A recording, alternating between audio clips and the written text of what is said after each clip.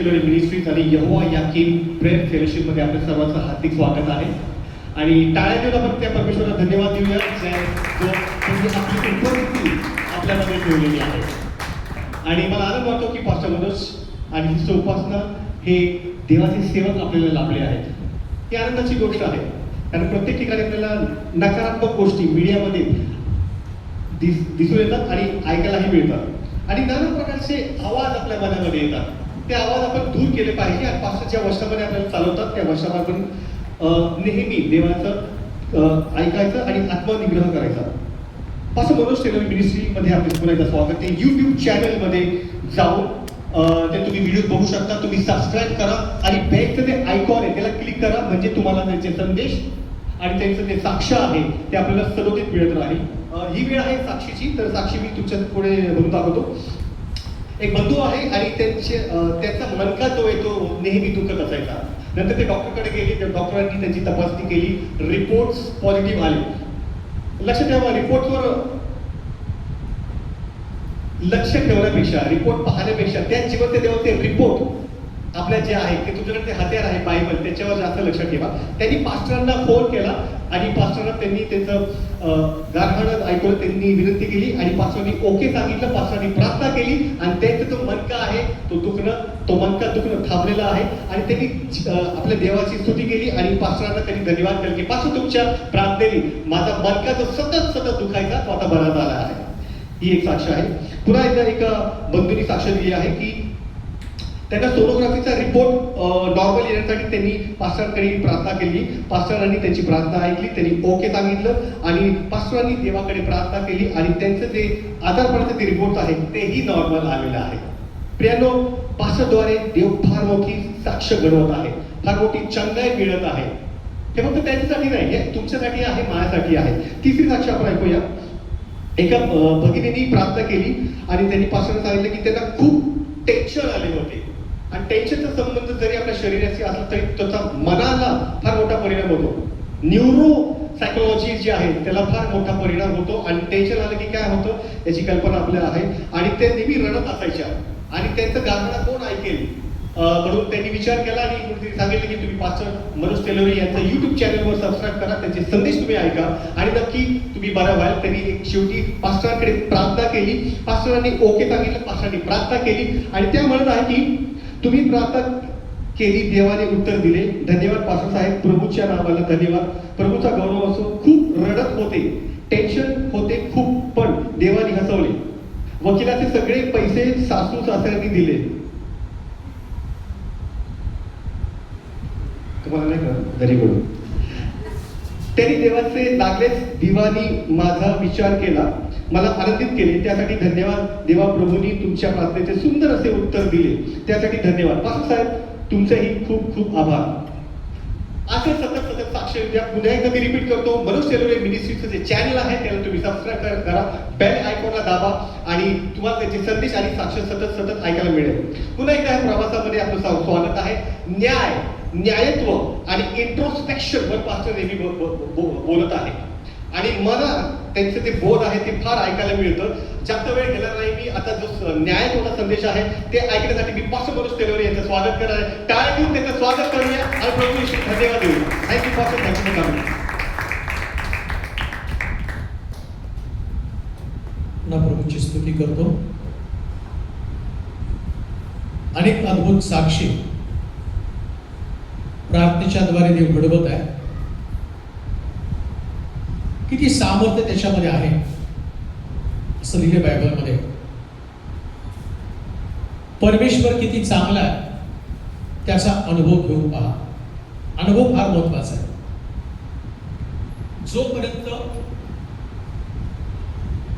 प्रभूच्या जवळ जाऊन तसं थोमा म्हणतो मी तुला स्पर्श करत नाही, तुझ्या जखमेला हात लावत नाही, तोपर्यंत मी तुझ्यावरती विश्वास ठेवणार. प्रभूच्या जवळ जाऊन त्याचा अनुभव घेणं हे फार महत्वाचं आहे. बऱ्याच वेळा लांबून आम्ही देवाच्या जवळ जातो, मग आम्हाला असं वाटतं की सामर्थ्य नाही, प्रभू काम करत नाही. मला आठवतं की मागच्या काही दिवसामध्ये एक सिस्टर आल्या नाहीत त्या, परंतु एक मुलगी सातत्यानं इथं प्रार्थनेला यायची गुरुवारी.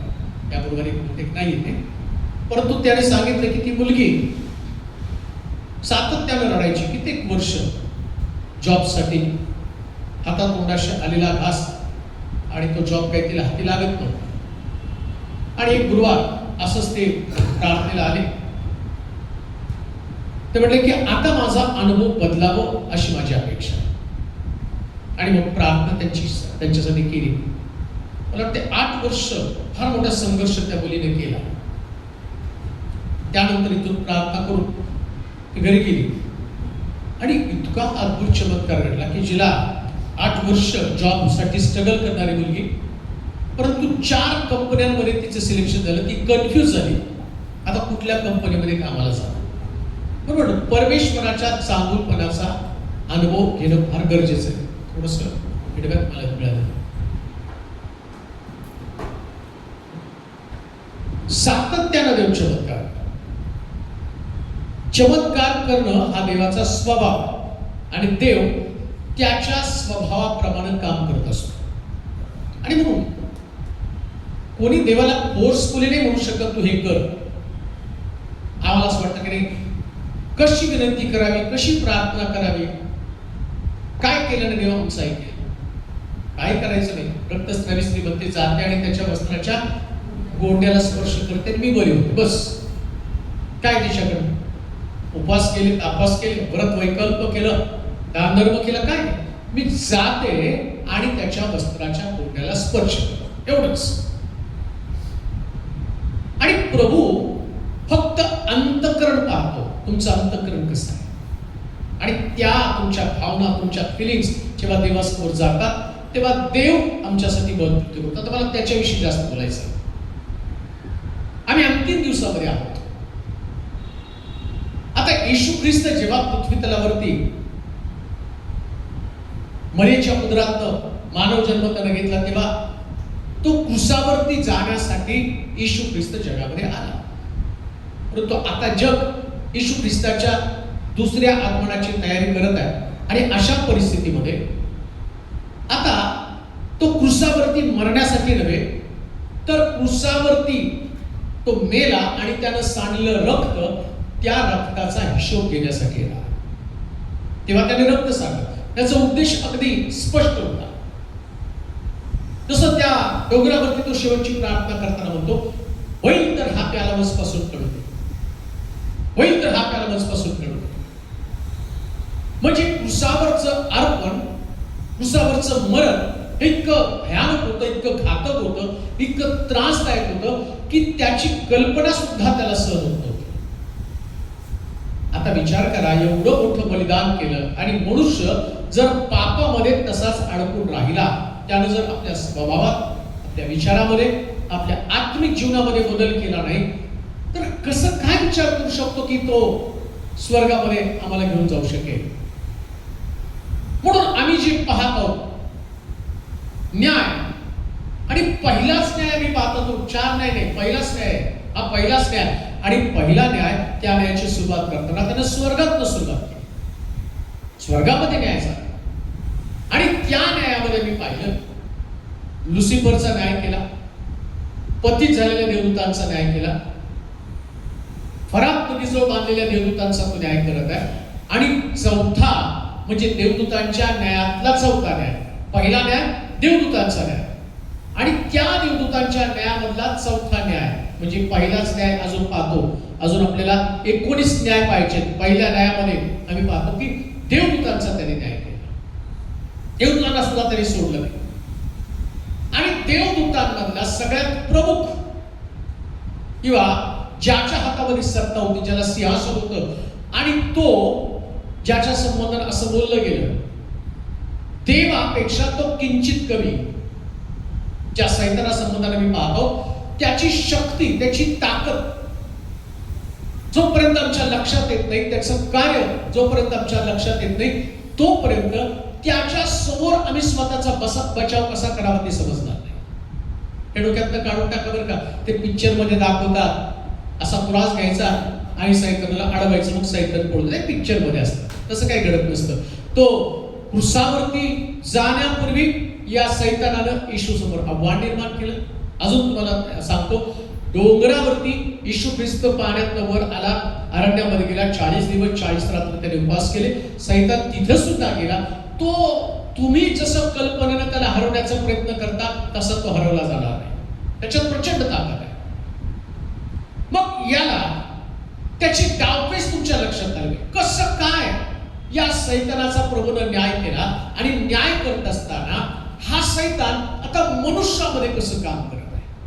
तुमच्या घरात, तुमच्या बिझनेसमध्ये, परिवारामध्ये, आर्थिक प्रश्नामध्ये सगळीकडे तो काम करतो आणि त्याचं काम रात्रंदिवस त्यानं चालू ठेवलेलं आहे. त्याला माहिती आहे लवकर देवाचा पुत्र आल्यावर माझं नाश तो करणार आहे आणि मला त्या अंधाराच्या खोड्यामध्ये टाकणार आहे. आता मागच्या वेळेस आम्ही पाहिलं की सैतान आता त्याचा वेळ कमी असल्या कारणानं ज्या लोकांमध्ये अभिषेक आहे, कौशल्य आहे, ज्यांच्यामध्ये देवाचा विशेष प्रकारचा अनुग्रह, या लोकांना पकडण्याचं काम तो करत आहे. तुम्हाला दिसेल पूर्वीच तुम्ही आत्मिक लोक पाहता, त्या आत्मिक लोकांना तुम्हाला पाहिल्यावरती मला आठवतं माझं तारण झाल्यावर मी अशा आत्मिक लोक पाहिले की त्या आत्मिक लोकांचा प्रभाव माझ्यावरती एवढा होता. मी शिक्षण बंद केलं, मी नोकरीचा विचार पण नाही केला. नाही, आता ती नोकरी नको, शिक्षण नको, फक्त देवाचं काम. एवढा आत्मिक प्रभाव. आता जर तुम्ही बघितलं ना, आत्मिक प्रभाव असणारे लोक भ्रष्ट होत चाललेले आहेत. आत्मिक प्रभाव ज्यांनी लोकांवरती आत्मिक प्रभाव टाकला ते भ्रष्ट होत चाललेले आहेत. मोठमोठे सेवक त्यांचं पतन होत आहे आणि त्यांचं पतन झालेलं सुद्धा त्यांच्या लक्षात येत नाही. तुम्हाला काय वाटतं, खरा त्रास आम्हाला बाहेरच्या लोकांना नाही, बाहेरच्या लोक नाही तुम्हाला त्रास देणार.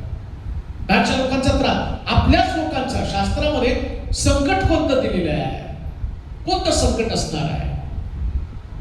बाहेरून संकट नाही, आपल्या तो तुझे भाऊ तुला धरून देतील, तुमचेच लोक तुम्हाला धरून देणार आहेत. तुमचा विश्वास कमजोर, बाबा देवापासून तुम्ही दूर जावं. मग सैतान करतो काय माहिती का, तर मनुष्याचं मन भ्रष्ट करण्याचं काम तो करतो. या सैतानाचं काय अस्त्र लक्षात घ्या, सैतान कोणाला दिसत नाही, तो अदृश्य स्वरूपामध्ये. जसं देव आत्मा आहे तसा सैतान पण एक आत्मा आहे. आम्ही म्हणतो अशुद्ध आत्मा, एखाद्या व्यक्तीमध्ये अशुद्ध आत्मा लागला म्हणतो याला अशुद्ध आत्म्याची बाधा झाली. सैतान एक स्पिरिट आहे, एक आत्मा आहे आणि हा आत्मा दुसरं तिसरं काही करत नाही तर मनुष्याचं मन भ्रष्ट करण्याचं काम करतो. एक वचन वाचू म्हणजे आम्हाला ते समजेल. मार्काचं शुभवर्तमान 7वा अध्याय 21 पासून 23 पर्यंतची वचनं. मार्काचं शुभवर्तमान 7वा अध्याय 21 ते 23 वचन.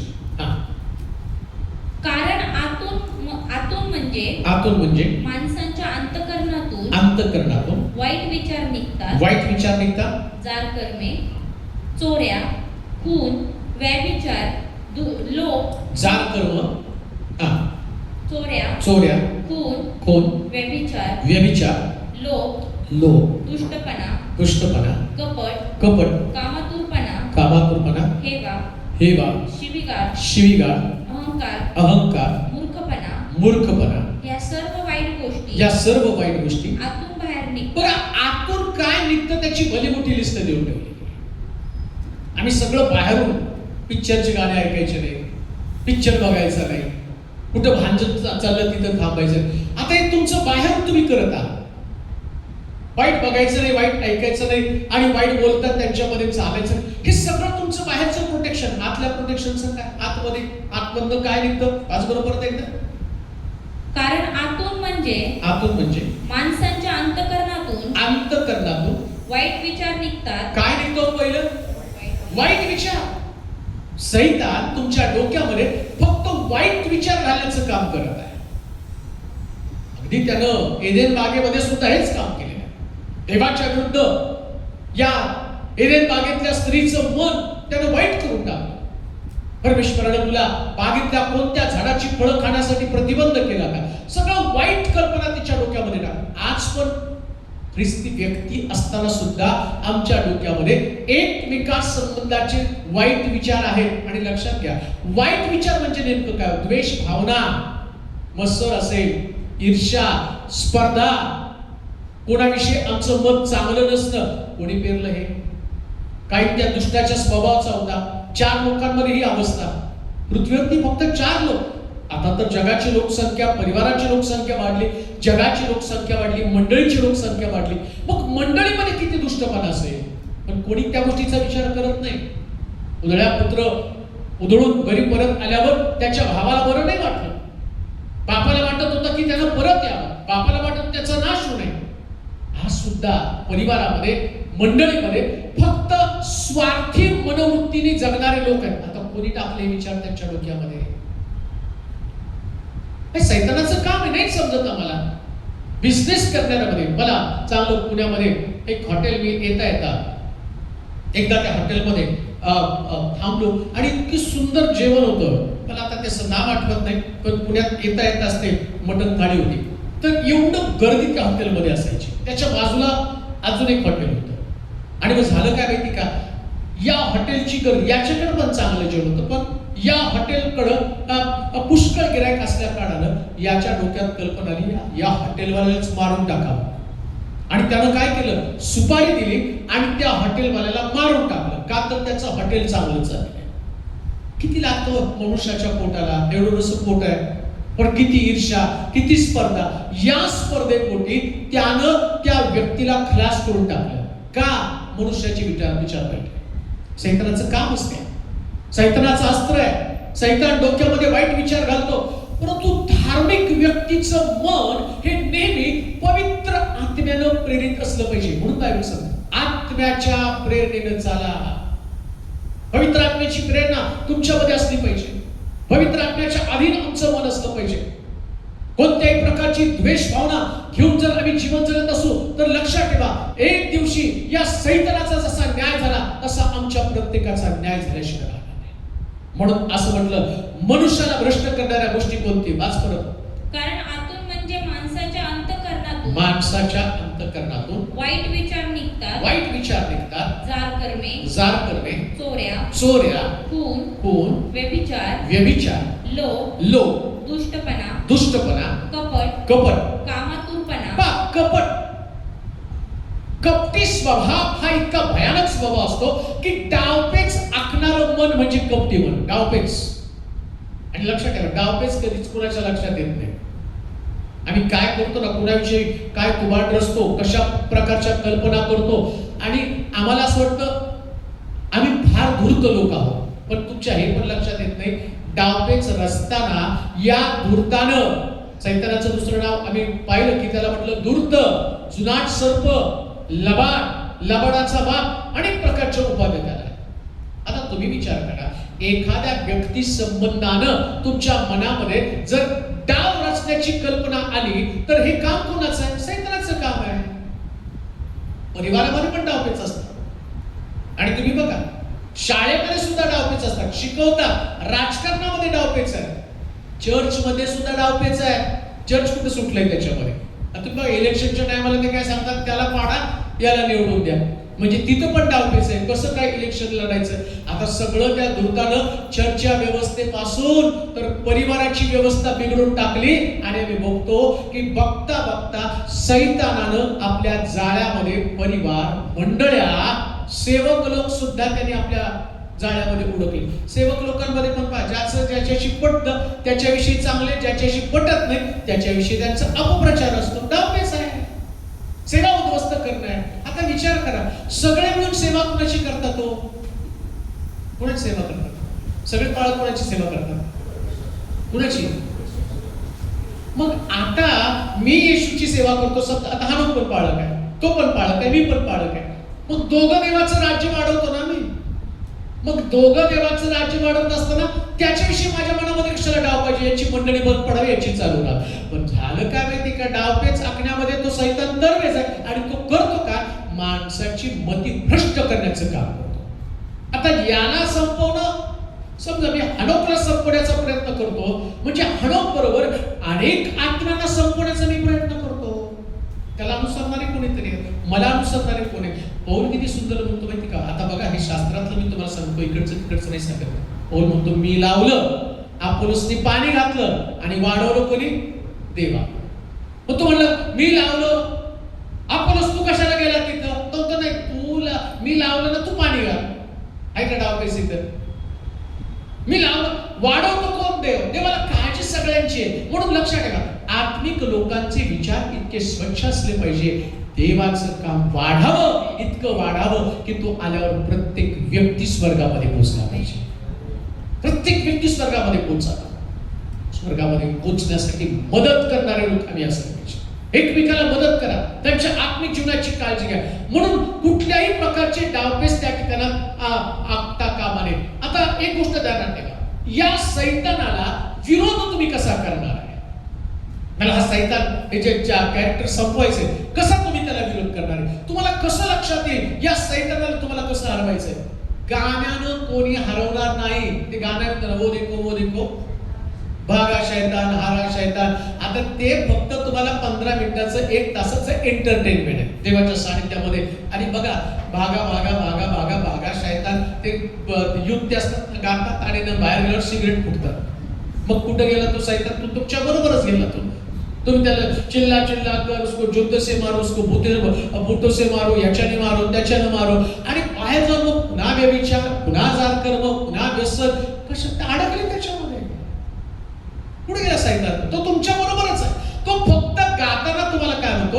अरे किती गायचं तेवढं गा, किती नाचायचं तर तेवढं नाचा. बाहेर पडल्यावर मी आहे तुम्ही आहे.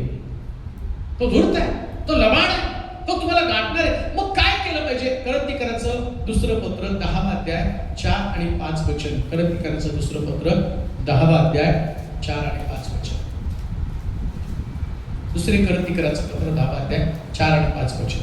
कारण आमच्या युद्धाची शस्त्रे दैहिक नाहीत, तर तटबंदी जमीनदोस्त करण्यास ती देवाच्या दृष्टीने समर्थ आहेत. तर्कवितर्क व देवविषयक ज्ञानविरुद्ध उंच उभारलेले असे सर्व काही पाडून टाकून आम्ही प्रत्येक कल्पना अंकित करून तिला ख्रिस्तापुढे मान वाकवण्यास लावतो. आता या सैतानाचं काम हलवून पाडण्यासाठी तुम्ही नेमकं काय केलं पाहिजे? पहिली गोष्ट, देवाविषयीच्या विरोधात असणाऱ्या प्रत्येक गोष्टीला आम्हाला पाडावं लागणार आहे. नीट आहे का? जर तुम्हाला या सैतानाच्या डावपेचासमोर उभं राहता यावं, टिकता यावं, तुम्हाला वाटतं की प्रभूचं काम पुढे न्यावं, तुम्हाला वाटतं या सैतानाला विरोध करावा, सैतानाला विरोध करण्यासाठी नेमकं काय केलं पाहिजे? बायबल सांगतं, देवविषयक असणारा प्रत्येक सिद्धांत, प्रत्येक गोष्ट जी देवाच्या विरोधामध्ये असणारी गोष्ट, ती गोष्ट तुम्हाला समजली पाहिजे. आणि देवाच्या विरोधामध्ये असणारी प्रत्येक गोष्ट तुम्हाला पाडता आली पाहिजे. तर्क वितर्क अनेक प्रकारचे तर्क लावले जातात. सैतान नेमकं मनुष्याच्या डोक्यामध्ये काहीतरी एक पिल्लू सोडतो आणि त्या पिल्लावळीला किंवा ते विचार तुमच्या डोक्यात आल्याबरोबर तर्कावर तुम्ही तुमचं आत्मिक जीवन संपत राहता. एखादा तर्क तुमच्या डोक्यात आला, पाप आल्यानंतर एखाद्या व्यक्तीला पाप करूश वाटलं ना, तर तो पहिल्यांदा म्हणतो, कोणी देव पाहिला? खरंच देव आहे का? तर्क आहे नाही का तो? आणि मग सैतान तुमच्या डोक्यामध्ये घालताना का पाहतो? आता जगामध्ये एवढे लोक जे देवाला मानतच नाही, मग ते जिवंत आहेत का नाही? अजून एक डोक्यात तुमच्या तर्क घालतो. तुम्ही एवढे धार्मिक असून पण तुमच्याकडे पैसे नाही, तुमच्याकडे राहायला घर नाही, चांगले कपडे नाही, तुमच्या इच्छा पूर्ण होत नाही. आणि मग तुम्ही काय म्हणता, एवढं सगळं करून पण धार्मिक मनुष्याला त्रासच भोगावा लागतो. जगातले लोक सगळं एन्जॉय करतात. ऐकतात तर तुमच्याकडे आला. आणि मग तुम्हाला प्रश्न पडतो, मग देव कुठे आहे? देवाने तुझी प्रार्थना ऐकली का? देवाने तुला आरोग्य दिलं का? तुला जॉब दिला का? तुझी प्रार्थना ऐकली का? हे सगळे तर्क. आणि तो लुसिफर हळूहळू तुमच्या डोक्यामध्ये टाकतो, बंड करायला लावतो. तुम्ही त्याच्या जाळ्यामध्ये अडकता. आता विचार करा, शास्त्रात अगदी स्पष्ट लिहिले, माझ्या नावावर तुम्हाला दुःख भोगावं लिहिलंय का नाही? मग ते 5 अध्याय, मला वाटतं 10 वचन वाचा बरं. मग त्याचं श्लोकमान 5 अध्याय 10 वचन, 5 अध्याय 10 वचन.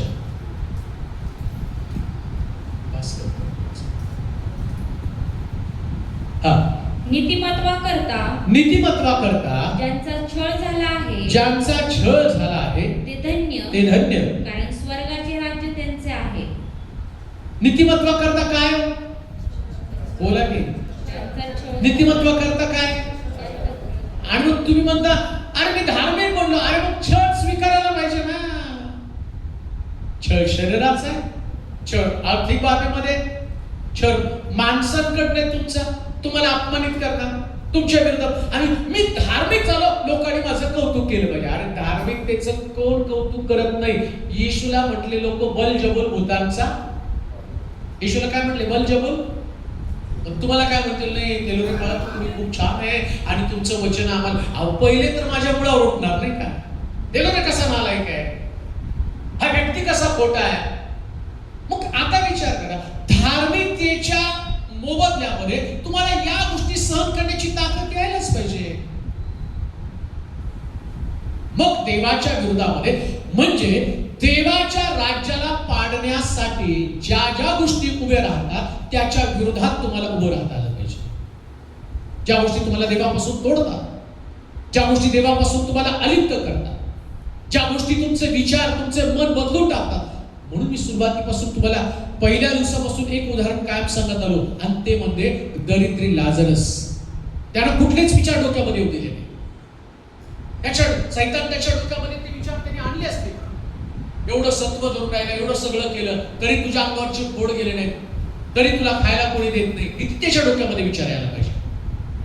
परंतु त्यानं ते विचार खंडित करून टाकले. त्याला ठाऊक आहे पृथ्वी तलावरचं आयुष्य मर्यादित आहे. एक गोष्ट ध्यानात ठेवा, बायबल सांगतं 60-70 वर्ष, जास्त प्रयत्न केला तर 80 वर्ष.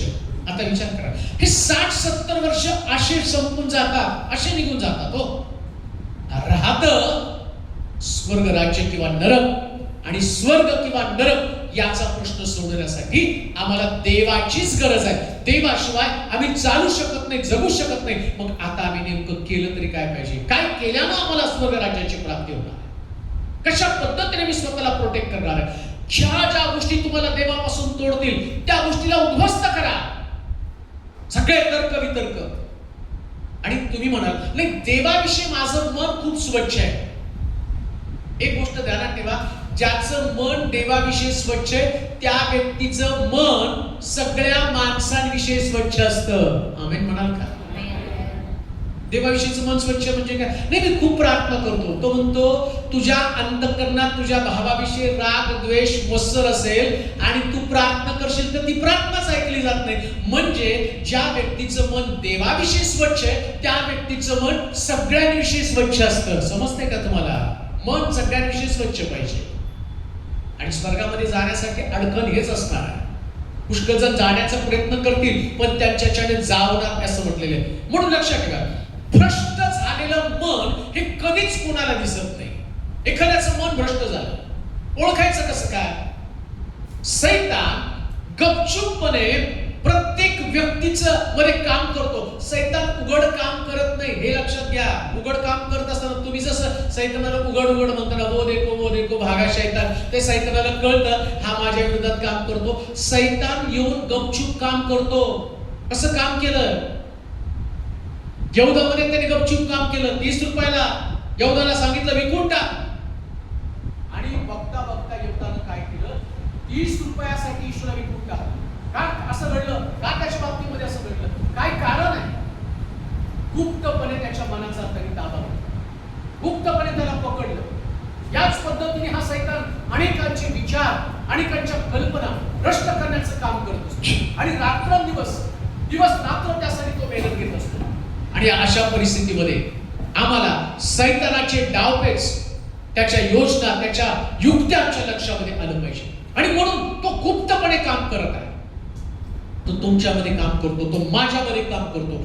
एक गोष्ट ध्यानात ठेवा, सैतानाला काम करण्यासाठी नेहमी येशूच्या शिष्यांची गरज आहे. कोणाची गरज आहे? सैतानाला काम करण्यासाठी कोणाची गरज आहे? सैतान जगातल्या लोकांकडनं काम करत नाही. येशूला पकडण्यासाठी कोणाचा वापर केला? शिष्यांचा. शिव्या देण्यासाठी कोणाचा वापर केला? तलवार काढण्यासाठी कुणाचा वापर केला? आता बघा, सगळं शिष्यांमध्येच घडतं. म्हणजे कोणाला जास्त भीती सैतानाची? शिष्यांना. तुम्ही कोणात? कोणात तुम्ही? म्हणजे कोणात काम करणार? म्हणजे कुणाला जागं राहायचंय? आम्हाला जागं राहायचंय. आता कसं जागं राहणार आहे? जागं राहण्याची पद्धत कोणती? तो मन भ्रष्ट करण्याचं काम करतो. आता भ्रष्ट मन म्हणजे नेमकं काय? मन भ्रष्ट करणं म्हणजे नेमकं काय? मन बिघडण्याचं काम तो करतो. आणि जसं आम्ही पाहतो एदेन बागेमध्ये हवेचं मन त्याला बिघडून टाकलं.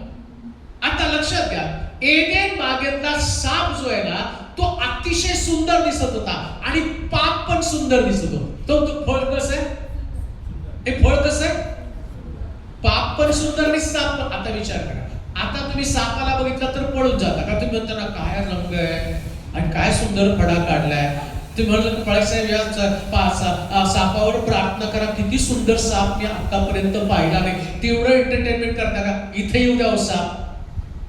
एवढं सुंदर मी वचन सांगायला सुरुवात केलं आणि भला मोठा साप आला तर सगळे पहिले पळून जातील. जाऊ द्या वचन तिथं. आता एदेन बागेमध्ये ती हवा कशी काय गप्पा मारत होती? तिला साप पण सुंदर दिसला. कधी कधी सैतान जो आहे ना, त्याचं सौंदर्य दाखवतो. पाप दाखवणारा व्यक्ती तुम्हाला सुंदर वाटतो. दलीला आम्ही पाहतो, त्या शमशोनाला सुंदर वाटले. तिच्या मांडीवरती तो निजला आणि दलीलेच्या मांडीवरती निजून त्यानं त्याच्या बटा काढून टाकला. अभिषेक त्याच्यामधला गेला. योना निनवेला जाण्याच्या ऐवजी तार्शिशला गेला. त्याला तार्शिश सुंदर वाटलं. त्याला नाही कळलं की देवाची योजना आहे. पाप आणि सैतान या दोन्ही गोष्टी तुम्हाला सुंदर दिसत असतात. आणि म्हणून लक्षात ठेवा, त्या सुंदरपणाला आणि त्या सैतानाच्या डावपेचाला आणि तुम्हाला न पाहता, जसं त्या आम्ही पाहतो की हवेला तो साप आहे, तो तिची खूप काळजी असल्यासारखं येऊन तिला भेटला. बघा, हवेला भेटल्यानंतर आम्ही पाहतो त्याला सत्याने दाखवलं, मला तुझी खूप काळजी आहे हवे. काय तुला देवानं आता याला त्या बागेमध्ये हवेला भेटण्याचं कारण आणि तो तिला दाखवत आहे. काय दाखवतो माहिती का? बाई, देवानं तुला सांगितलं का कोणत्या झाडाचं फळ खाऊ नको? म्हणजे काळजी असल्यासारखं दाखवायला गेला. मला तुझी काळजी वाटते की ते देवानं तुझ्यावरती अन्याय केला. कोणत्या झाडाचं फळ खाऊ नको. कशी का तू जगशील? तुझी उपासमार होईल. आणि मग ज्या देवानं त्याला सांगितलं सगळ्या झाडाचं फळ खा, आता तो सैतान तिला काय म्हणते? मला तुझी खूप काळजी वाटते. देवानं तुला कोणत्या झाडाचं फळ खाऊ नको म्हणून सांगितलं? एक गोष्ट ध्यानात ठेवा, अति काळजी करणारे लोक हे नेहमी तुमच्यासाठी घातक ठरतात. ते तुमच्यासाठी घातक करणार आहे का? देवाच्या संगतीपासून तुम्हाला तोडण्याचं काम करणार आहे. जसं हवेला आणि आदामाला देवाच्या संगतीपासून तोडण्याचं काम त्यानं केलेलं आहे. मी असं म्हणत नाही की तुमची पत्नी, तुमची लेकरं, तुमचा नवरा, तुमच्या परिवारातले लोक, बाहेरचे लोक, जगातले लोक कधी कधी तुमच्याविषयी जास्त काळजी तुम्हाला दाखवतील. पण आमची तरुण लेकरं आई-वडील जेवढी काळजी करतात ना, तेवढी बाहेरची काळजी करत नसतात. पण तो मुलगा त्या मुलीला बोलवतो, तो तुझ्या कुटुंबातली तुझ्यावर प्रेम करत नाही, मी प्रेम करतो. मला कितीतरी कॉल येतात. मला आठवतं की एक मुलगी आणि तिने मला कॉल करून ती ओक्साबोक्ष रडत होती. बाळासाहेब, घरच्यांच्या विरोधामुळे मी एका मुलावरती प्रेम केलं, त्याच्याशी लग्न केलं. लग्न करताना तो म्हटला, मी तुला चर्चला जाऊ दे, सगळं काही करेल आणि तुला कुठल्याच गोष्टीला प्रतिबंध करणार नाही. पण लग्न झाल्यापासून त्या व्यक्तीनं माझ्या परिवारामध्ये माझं जगणं मुश्किल करून टाकले. मला आत्महत्या करूशी वाटत आहे. आता बघा, त्यांनी सुरुवातीला किती काळजी दाखवली, मी तुझ्यावर प्रेम करतो आणि देवापेक्षा मी तुझ्यावरती जास्त प्रेम करणार आहे. सैतानानं पण ते सांगितलं, देवापेक्षा मी तुझ्यावरती जास्त प्रेम करतो, मी तुझी काळजी करतो. आणि पहा, हे फळ परमेश्वरानं तुला कोणत्या झाडाचं फळ खाण्यासाठी प्रतिबंध केला, परंतु मला तुझी काळजी. लक्षात घ्या, या जगामध्ये देवाशिवाय तुमची जास्त काळजी कोणीच करू शकत नाही. हे अगदी सत्य आहे.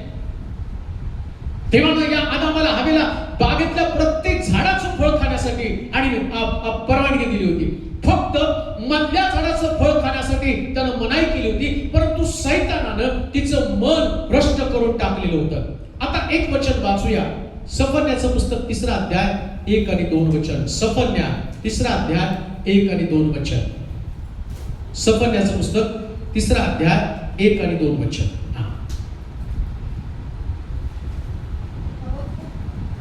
संदेशाची प्रार्थना म्हणजे हम्म. शोकस्तोत्र. हे परमेश्वरा, हे परमेश्वरा, मी तुझी कीर्ती ऐकून भयभीत झालो आहे. मी तुझी कीर्ती ऐकून भयभीत झालो आहे. हे परमेश्वरा, हे परमेश्वरा, वर्षाचा क्रम चालू असता हा, आपल्या कामाचे पुनरुज्जीवन कर. आपल्या कामाचे पुनरुज्जीवन कर. वर्षाचा क्रम चालू असता हा, ते प्रकट कर. प्रगट कर. क्रोधातही दयास्मर. क्रोधातही दयास्मर. देव प्रेमानं येत आहे. हा, पवित्र प्रभू पवित्र प्रभू, पारानाच्या पर्वतावरून येत आहे. हा, त्याचा प्रकाश आकाश व्यापतो. त्याचा प्रकाश आकाश व्यापतो. त्याच्या स्तवनांनी पृथ्वी भरलेली आहे. हा, त्याचे तेज प्रकाशासारखे आहे. सफन्या 3रा अध्याय, सफन्या 3रा अध्याय 1 आणि 2 वचन. सफन्या, ती बंडखोर, भ्रष्ट, बलात्कारी नगरी, तिला धिक्कार असो, तिनं वचन मानलं नाही, बोध घेतला नाही, परमेश्वरावर श्रद्धा ठेवली नाही, आपल्या देवासमीप आली नाही. सरदार, गर्जना करणारे सिंह आहे. न्यायाधीश, 1 आणि 2 वचन परत वाच. बंडखोर, भ्रष्ट. भ्रष्ट म्हणजे काय? आता एखाद्या व्यक्तीचं मन, नीट ऐका, आता काय सांगतो तुम्हाला, मन भ्रष्ट झालं ओळखायचं कसं काय? तर नाही, माझं मन एकदम चांगलं आहे हो, असे माझ्या मनामध्ये काहीच नाही कोणाविषयी. आणि बरंच काय असतं बरं का बोलताना, नाही तर तुमच्या विषयी माझ्या मनात काहीच नाही.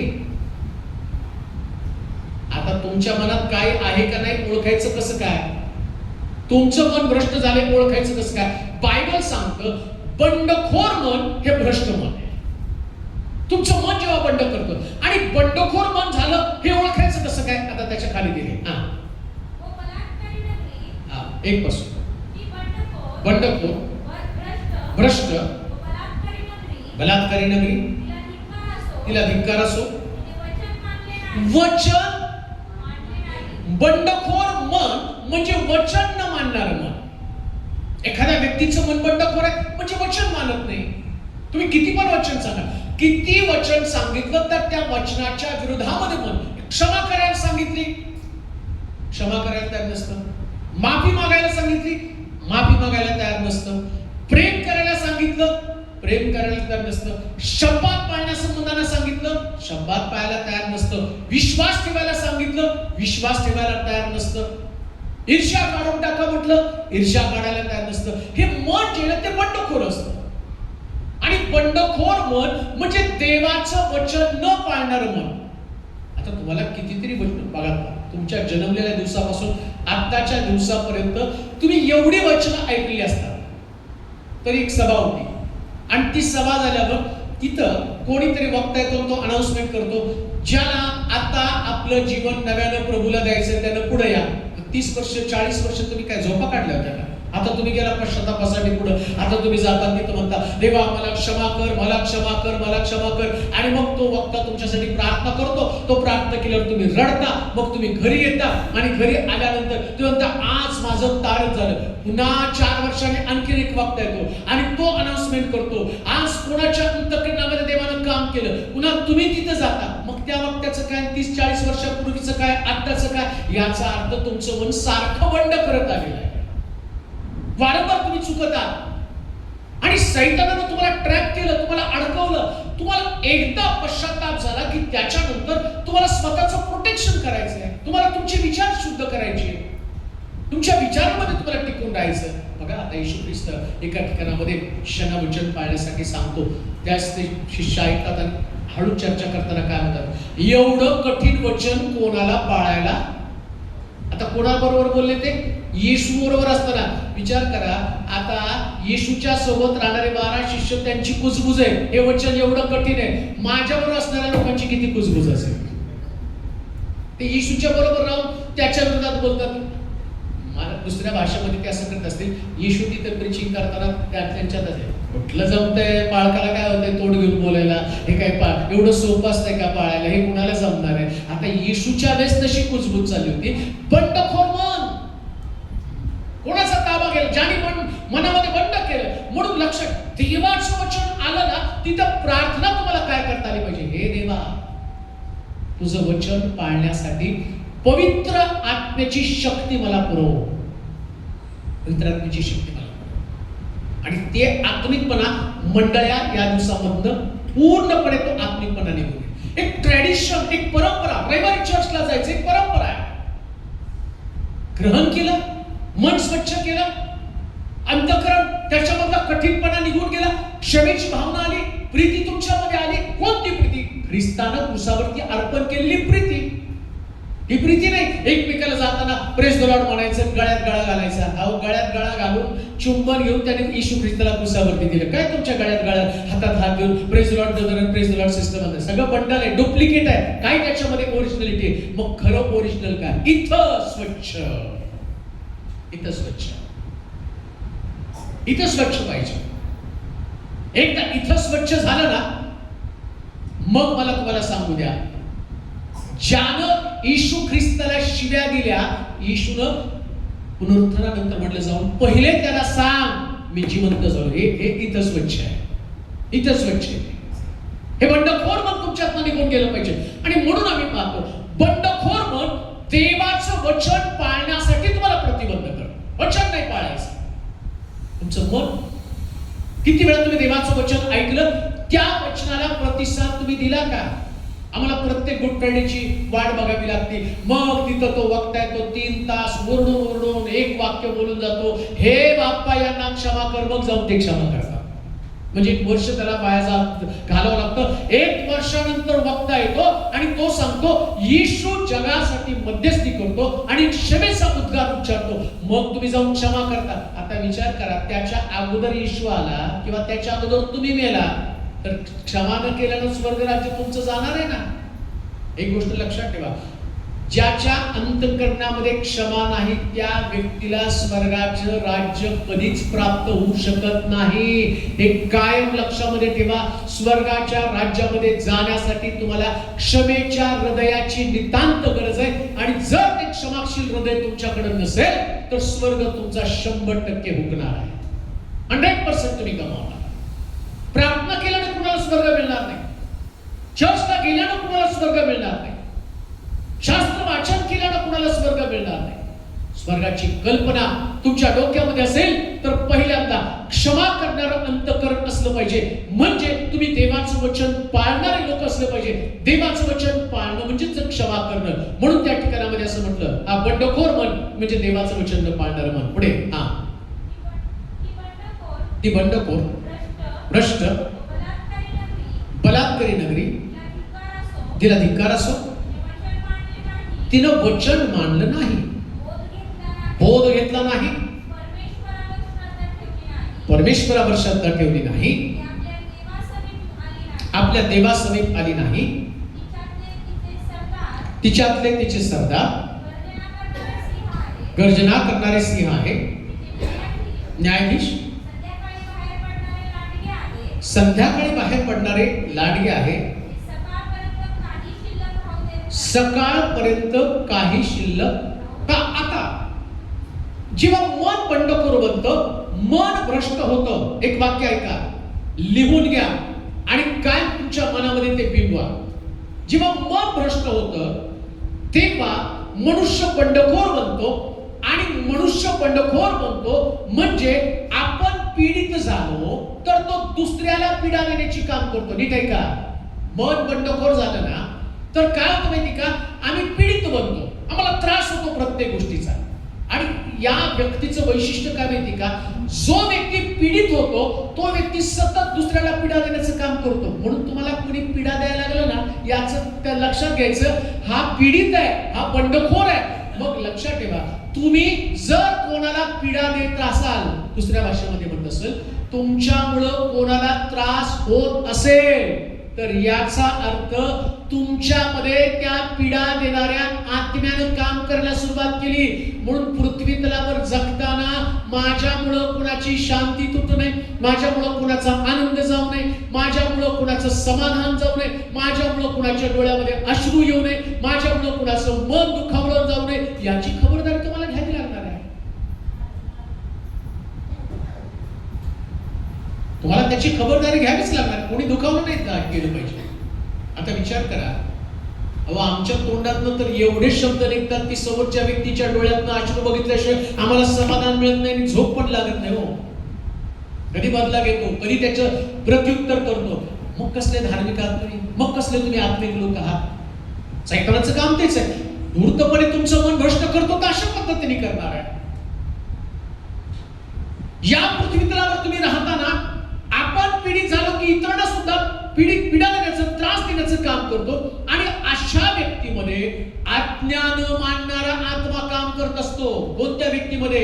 ज्या व्यक्तीने बंडखोरी केली आहे. आता विचार करा, तुम्ही कित्येक तुमच्या परिवारामध्ये, तुमच्या शेजारी पाजारी की तुमच्या अवतीभोवतीच्या लोकांमध्ये वावरताना तुमच्यामुळं किती लोकांना त्रास झाला हा विचार जर केला तर तुम्हाला कळेल सैतानानं तुम्ही बऱ्याच वेळा तुमचा ताबा घेतलेला आहे.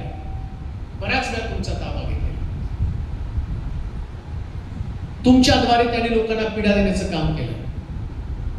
हामानाच्या बाबतीमध्ये मर्दकैसाठी हामानानं जी योजना आखली, पीडा देण्याचं काम केलेलं, पीडा देण्याचं काम केलेलं. योसेफाच्या बाबतीमध्ये त्याच्या भावाने त्याला पीडा देण्याचं काम केलेलं आहे. दाविदा संबंधानं त्याच्या भावाने त्याला पीडा देण्याचं काम केलेलं आहे. तुम्ही सुद्धा कधीच या जाळ्यामध्ये अडकला, या बंडखोर वृत्तीमध्ये तुम्ही अडकला तर तुम्ही पीडा देण्याचं काम करता. शब्दानं पीडा देऊ नका, विचारानं पीडा देऊ नका, वागण्यानं कुणाला पीडा होता कामा नये. न्याय त्याचा झाला. आणि सैतानाचा न्याय होत असताना प्रगटीकरणाच्या पुस्तकाच्या 20व्या अध्यायाच्या 10व्या वचनामध्ये तुम्ही पहा काय त्या सैतानाचा न्याय कसा प्रभूने केलेला आहे. पीडा देणारे लोकांना ते कळलं पाहिजे, ज्यासाठी आम्ही कुणाला तरी पीडा देण्याचं काम करतो. प्रगटीकरणाचं पुस्तक 20वा अध्याय आणि त्याचं 10 वचन. त्यांना ठकवणाऱ्या सैतानाला अग्नीच्या गंधकाच्या सरोवरात टाकण्यात आलं. ते श्वापद, खोटा संदेष्टा, रात्रंदिवस. परत वाच वचन, लक्ष द्या. त्यांना ठकवणाऱ्या सैतान काय पहिलं, पुढे अग्नीच्या व गंधकाच्या सरोवरात टाकण्यात आलं. श्वापद, जसा पिता पुत्र पवित्र आत्मा तसा सैतान पिता, श्वापद पुत्र, खोटा संदेष्टा यांचं त्रैक्य. म्हणून मी तुम्हाला म्हटलं जसं बायबल मधलं पिता पुत्र पवित्र आत्म्याचं त्रैक्य तसं लुसिफर मध्ये पण त्रैक्य आहे. म्हणतो तुम्हाला म्हटलं जसा पिता काम करतो, पुत्र काम करतो, पवित्र आत्मा काम करतो, तसं या ठिकाणामध्ये हे श्वापद आहे, सैतान आहे आणि खोटा संदेष्टा आहे. हे पण काम करतात. आणि यांच्या कामाचं प्रतिफळ, यांचा न्याय करताना शास्त्र सांगतं या तिघांना सुद्धा अग्नी आणि गंधकाचं सरोवर. अग्नी आणि गंधकाचं सरोवर. मला माहितीये उन्हाळ्यामध्ये बरेच लोक महाबळेश्वर, ज्यांची ऐपत कमी आहे ते महाबळेश्वरला गेले, ज्यांची ऐपत जास्त आहे ते काश्मीरला गेले, आणि ज्यांची ऐपत त्याच्यापेक्षा जास्त आहे ते स्वित्झर्लंडला गेले, आहे की नाही. पण कोणी सुद्धा अरबस्तानमध्ये 55 डिग्रीच्या टेम्परेचरला गेला नाही. तिथं जाऊन काय मरायचं का? अहो तुम्हाला इथं ऑप्शन आहे. तुम्ही म्हणता की थंड हवेच्या ठिकाणात जायचंय. आणि लक्षात घ्या, जो सैतानी विचार, बंडखोर प्रवृत्ती, ज्याचं मन भ्रष्ट झालं, जो दुसऱ्याला पीडा देतो, आता पीडा देणाऱ्या लोकांना कुठं टाकलं? अग्नी आणि गंधकाचं सरोवर म्हणजे बेट. ज्या ठिकाणामध्ये अग्नी गंधक आहे, ज्या ठिकाणचं टेम्परेचर आहे, अशा ठिकाणामध्ये टाकलं. आणि कुठपर्यंत टाकलं? किती दिवस टाकलं? किती हो?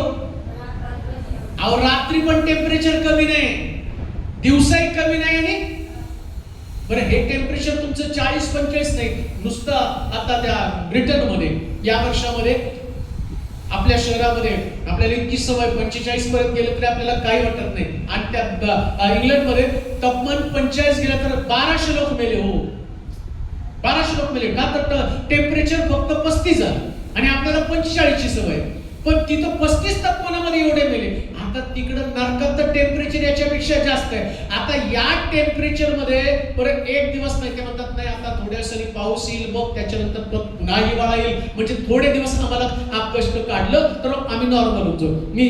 मला इतका आनंद झाला, मी सोलापूरहून पुण्याला येताना मला असं म्हटलं आता पुणे इतकं आल्हाददायक चांगल्या ठिकाणात येऊन पडणार आहे, आणि इथं आल्यावर मला मे महिन्यामध्ये म्हटलं अरे सोलापुरात पुणे सेमच झालंय, दोघांचं तापमान सेमच आहे, म्हणजे दोन्हीकडे सुटका नाही. अहो विचार करा, सोलापूर पुण्याच्या तापमानापेक्षा नरकाचं तापमान, अग्निसरोवरचं तापमान याच्यापेक्षा भयानक आहे. आणि इकडं आल्यानंतर एक महिना जो त्रास काढला, पण आता बरं वाटतं, टेम्परेचर कमी झालं, रात्रीचं कमी होत होतं, पण नरकामध्ये म्हटलं, अग्नीच्या सरोवरासंबंधानं म्हटलं की तिथं रात्रंदिवस सेम टेम्परेचर आहे. विचार करा, तिथलं तापमान कधीच नॉर्मल होणार नाही, मग या पृथ्वी तलावर आमच्या डोक्याचं टेम्परेचर नॉर्मल ठेवलं तर किती चांगलं होईल, नाही का?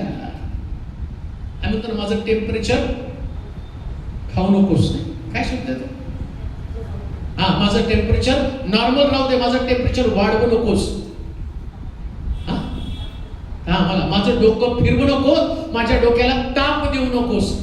जर तुमचं टेम्परेचर इकडं अपडाऊन होत असेल तर तिकडचं टेम्परेचर मध्ये जाऊन पडावं लागणार आहे, जे टेम्परेचर कधी सुद्धा नॉर्मल होणार नाही. गंभीरपणे या गोष्टीचा विचार करा. न्याय त्याचा झाला, कुणाचा? सैतानाचा. का नाही झाला? ॲबनॉर्मल जीवन तो जगला, बंडखोर त्याची वृत्ती. देवाच्या लोकांमध्ये हा स्वभाव कधीच असता कामा नये. पृथ्वी तलावर राहताना तुम्हाला तुमच्या रागावरती नियंत्रण प्रस्थापित करावं लागणार, तुमचं जीवन तुम्हाला नीटच करावं लागणार. जी बंडखोर वृत्ती या लुसिफर मध्ये होतं, आणि त्याच पद्धतीनं आज आम्ही पाहतो, त्याच वृत्तीनं तो अनेक लोकांना उद्ध्वस्त करण्याचं काम करत आहे. आणि कोणाला उद्ध्वस्त करणार आहे तो?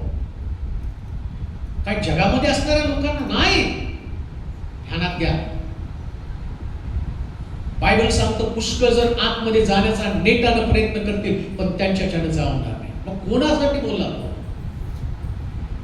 कोणासाठी बोलला? पुष्कळ जण प्रयत्न करतील, पण जावणार नाही त्यांच्यासाठी, त्यांना जाऊशी वाटणार नाही. आज तुम्ही बघा, पहिले कधी नव्हतं, पण लोक आता प्रचंड धार्मिक झालेले. मला आठवत नाही पहिल्याच्या त्या सभा, मी जेव्हा माझं बालपण, माझं तरुणपण पुण्यामध्ये असताना मला आठवतं, जास्तीत जास्त मोठी सभा 5,000ची दिनाकरची सभा भरली तर ती तरी 80-90 हजाराची सभा भरायची. पण आता तुम्ही बघितलं 5 लाख, 7 लाख, 10 लाख, 20 लाख. बाकीच्या सभेला आफ्रिकेमध्ये 40 लाख लोक एकत्र जमले, करोडोनी लोक एकत्र जमतात. म्हणजे लोक धार्मिक झाले. पण शास्त्र काय सांगतं? एवढे लोक स्वर्गात जाणारच नाहीत ना. सभेला गेला म्हणजे तुम्ही स्वर्गात गेला असं नाहीये. सभेला गेला म्हणजे स्वर्गात गेल्याचं तुम्हाला कुठला पास नाही. असं असताना तो पास जर प्रभूनं देवाच्या दासाला जर द्यायला सुरुवात केली असती तर मग आमच्यातली चांदी झाली असते. आता पण बघितलं तर तुम्ही एखाद्या सेवकाला जर तो आरोग्य देतो ना, आरोग्य देतो म्हटलं त्याच्याकडे गर्दी करतात, मग तो 10 रुपयाची बाटली तेलाची 50 रुपयाला पण विकतो. म्हणजे त्याने वापर केला. आता विचार, स्वर्गाच्या राज्याची पावतीच आमच्या हातात दिली, यांना द्यायचं तिकीट, तर मग आम्ही किती धंदे केले असते, आम्ही किती लोकांना तुम्हाला पोचायचं तर तुम्हाला पण तसं होणार नाही हो. सभा तुम्हाला स्वर्गात नेणार नाही. कोणाला भीती? वाचूया दानिएलचं पुस्तक 12 अध्याय 3 वचन. दानिएलचं पुस्तक 12 अध्याय 3 वचन वाचूया. काय म्हटलं? दानिएल 12:3.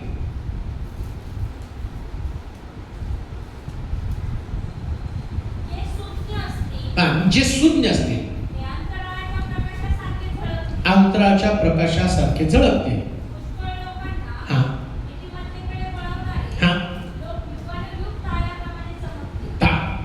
कोण ताऱ्याप्रमाणे चमकतील? सगळे बोला. मग आता नीतिमत्वाकडे वळवणारे लोक कोण? धार्मिक लोक. बरं, प्रगटीकरणाच्या पुस्तकाचं 12:4 वाचा बरं. प्रगटीकरणाचं पुस्तक 12 मध्ये 4 वचन. प्रकटीकरणाचं पुस्तक 12 अध्याय 4 वचन. त्याच्या शेपटानं आकाशातील ताऱ्यांपैकी 1/3 तारे आता किती पाडले हो? कुणी? त्याच्या शेपटाने. कुणाच्या शेपटाने? सैतानानं. अजगरानं शेपटानं आकाशातील 1/3 तारे त्यांनी जमिनीवरती पाडले. काय तुम्हाला कॅल्क्युलेशन सांगतो, नीट ऐका, समजेल तुम्हाला. दानिएलच्या पुस्तकामध्ये म्हटलं धार्मिक आकाशातल्या ताऱ्याप्रमाणे चमकतील. म्हणजे कोणाला भीती आहे आपटण्याची? धार्मिकाला. आणि किती हो? 1/3 शेपटानं पाडले. त्याने शेपूट फिरवलं. जे आकाशामध्ये लोकांना नीतिमत्वाकडे वळवणारे लोक, नीट ऐका, लोकांना धार्मिकतेचं शिक्षण देणाऱ्या लोकांना हा लुसिफर आपल्या शेपटानं 1/3 असणाऱ्या लोकांचा त्यांनी नाश केला. आता मी तुम्हाला का सांगतो माहिती का? म्हणून प्रत्येक आत्म्याचा विश्वास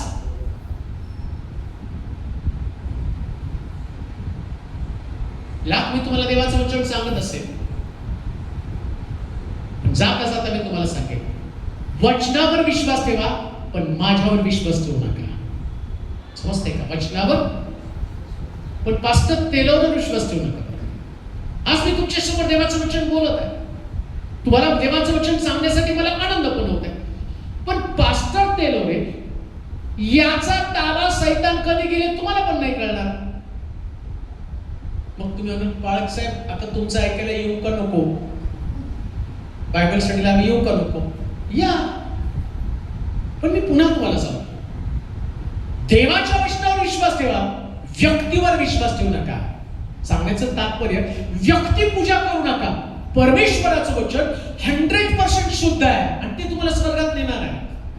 हा व्यक्ती नाही घेणार. कधी कधी माझं मन भ्रष्ट झालं, मी तुम्हाला चुकीचं शिक्षण देणार आहे. मला आठवतं की मला एका सेवकाचं फार मोठा प्रभाव माझ्यावरती पडला आणि मग मी त्या संस्थेमध्ये पण जायचं ठरलं. म्हटलं इतका चांगला प्रभावी सेवक आहे, आपण त्यांच्या संस्थेमध्ये जावं. परंतु त्या संस्थेतले जे सेवक, त्या सेवकानेच पहिल्यांदा मला विरोध केला. ते म्हटलं की हे जर आले तर आपलं महत्व कमी होईल आणि त्यांनी म्हटलं यांना घ्यायचं नाही आपल्यामध्ये. आणि मग त्यांनी सांगितलं आणि देवाची फार मोठी दया होती त्यास मला, आणि त्यांनी घेतलं नाही. बरं झालं. नंतर तो सेवक त्यांनी काय केलं, इतकं प्रभावी, फार पवित्र आत्म्यानं त्यांच्यावरती अनुग्रह दिला.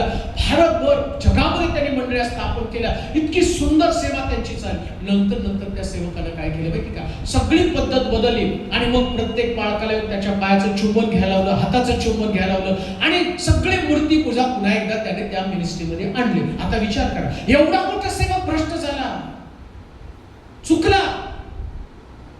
पुन्हा मी तुम्हाला सांगतो, सेवक चुकतात, देवाचं वचन कधी चुकत नाही आणि येशू ख्रिस्त कधीच चुकला नाही. म्हणजे कुणाला अनुसरण करायचं? देवाच्या वचनाला, येशू ख्रिस्ताला. कोणा सेवकाबद्दल तुमच्या मनामध्ये कटुता येऊ नका. 1/3 ताऱ्यांना त्यांनी पाडलं. 1/3 ताऱ्यांना त्यांनी पाडलं. कदाचित तुमचं आयडल, तुमचा आदर्श पडलेल्या अवस्थेमध्ये असतील म्हणून तुम्ही पडू नका. तुमचा आदर्श, तुमचं आयडल, जसं या अजगरानं आपल्या शेपटीनं 1/3 ताऱ्यांना पाडलं, नीतिमान लोकांना त्यानं पाडलं. नीतिमान व्यक्ती त्यांना पाडण्याचं काम शास्त्रामध्ये सांगितलं. हे धार्मिक लोक ज्यांना, आणि हा लुसिफर त्यांना बिघडवण्याचं काम जोमानं करणार आहे. म्हणून आध्यात्मिक बनण्याच्या ऐवजी त्यांना जगिक बनण्यासाठी प्रोत्साहित करेल. कोण? लुसिफर करणार. एक आत्मिक व्यक्ती. या आत्मिक व्यक्तीला जगिक कसं काय बनवावं, त्याचं आत्मिक जीवन काढून घ्यावं. शमशोन आत्मिक व्यक्ती होता, पण दलीलेनं त्याला 3दा विचारलंच की नाही तुझ्यामधलं सामर्थ्य कुठे आहे. आणि विचार करा, ज्या शमशोनाच्या जन्मासंबंधानं असं म्हटलं, देवानं सांगितलं होतं की तो नाझीर आहे, पण दलीलेनं वारंवार त्याला प्रश्न करून त्याच्या डोक्यावरच्या बटा काढून टाकल्या. पेत्राला येशू ख्रिस्तानं अगोदर सांगितलं होतं, पहा सैतानानं तुला चालण्यासाठी मला मागून घेतलेलं आहे. आणि आम्ही पाहतो येशू ख्रिस्ताने एवढी वॉर्निंग देऊन सुद्धा इकडं या ठिकाणामध्ये पेत्र त्यानं येशूचा 3दा नाकार केला, त्याला चाळलं. तेव्हा आम्ही पाहतो पेत्रानं येशूचा 3दा नाकार केला. हे तुम्हाला मी का सांगतो? आत्मिक व्यक्तीकडनं फसगत होऊ देऊ नका. तुमचं आत्मिक जीवन दोन गोष्टीवरती आधारित असावं. एक देवाचं वचन आणि दुसरा प्रभू येशू ख्रिस्त. याच्या व्यतिरिक्त तुम्हाला कोणा व्यक्तीला कॉपी करता कामा नये. एक आंधळा दुसऱ्या आंधळ्याला कधीच वाट दाखवू शकत नाही. जगामध्ये खरं वाट फक्त देवाचं वचनच तुम्हाला दाखवणार आहे. आणि म्हणून तुमचं आत्मिक जीवन तुम्हाला सांभाळण्याचं काम करावं लागणार. बऱ्याच वेळा आमच्या पालकाने आम्हाला असं शिकवलं. बायबल मधनं बघितलं का तुमच्या बाळकाने काय तुम्हाला सांगितलं?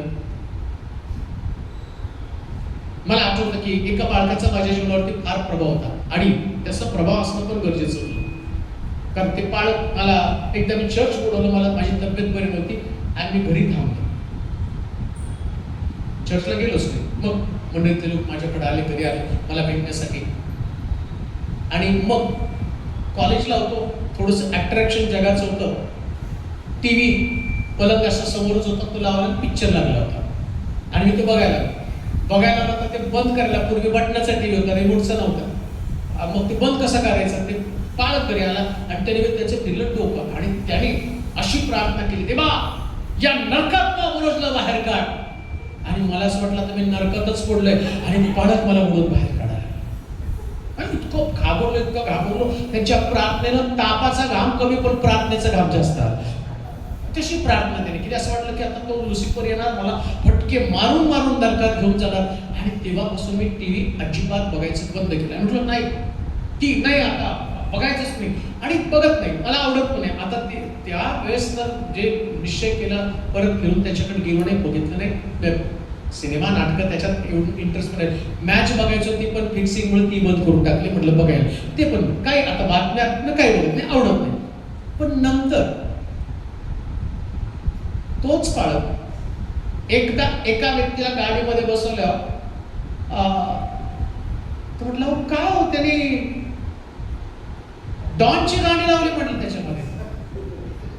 ज्यानं माझ्यासाठी म्हटलं याला नरकातून बाहेर काढ, तो हा माझा फेवरेट हिरो आहे. कोण? खैके पानबा नरसिंह. आता विचार करा, आत्मिक व्यक्तीला तो आकाशातले तारे शेपटानं आता या लुसिफरच्या शेपटीने पडला किंवा किती डेंजरस परिस्थिती आहे ना, किती भयानकता आहे ना. मला आठवतं एकदा एक व्यक्ती, मी जिथं चर्चला जायचो तिथं एक सिस्टर गळ्यामध्ये खूप दागिने घालून आली आणि मग ते आमचे पास्टर आणि त्याने ते पाहिलं आणि मग इतका भयानक संदेश दिला. ते म्हटले, देवा ज्यांना तो धनाचा मोह काढून टाक. थाऱ्यांचं लक्ष धनाकडे लागलं. सिस्टरने इतकं तिला ऍकवर्ड फील झालं. ते म्हटले आता हे कुठं फेकाव, काय करावं, गोच घालून आले आणि बिचारी रडत घरी गेली. त्यावेळेस त्या पालकाकडे पैसे नव्हते म्हणून त्यांनी तसा उपदेश केला. नंतर पालकाकडे भरपूर पैसे आले. मग त्याने हातात अंगठ्या, ब्रेसलेट, मग चैन आणि सगळं. म्हणून मी तुम्हाला सांगतो, हे तारे पाडणारा तो लुसिफर आहे. तुम्हाला तुमचं आत्मिक जीवन व्यक्तीकडे नव्हे तर फक्त वचनाकडे बघून जगता आलं पाहिजे. आणि मला नंतर ते कळलं रहस्य. अरे हे लोक वचनाचा गैरअर्थ काढून मिसगाईड करतात. स्वर्गाच्या राज्यामध्ये जाण्यासाठी आवश्यक आहे ते हृदयाचं शुद्धीकरण, ते मनाची स्वच्छता. म्हणून म्हटलं आकाशातले 1/3 तारे त्यानं पाडलेले आहे. आता कलेसिकराच्या पत्रामध्ये आपण जाणार 2रा अध्याय आणि त्याचं 18 वचन, त्या वचनाकडे जाऊ. त्यानंतर आपण प्रार्थनेमध्ये जाणार आहोत. मग आपला सैतान सगळा संपेल. परंतु कलेसिकराचं पत्र 2रा अध्याय त्याचं 18 वचन वाचूया.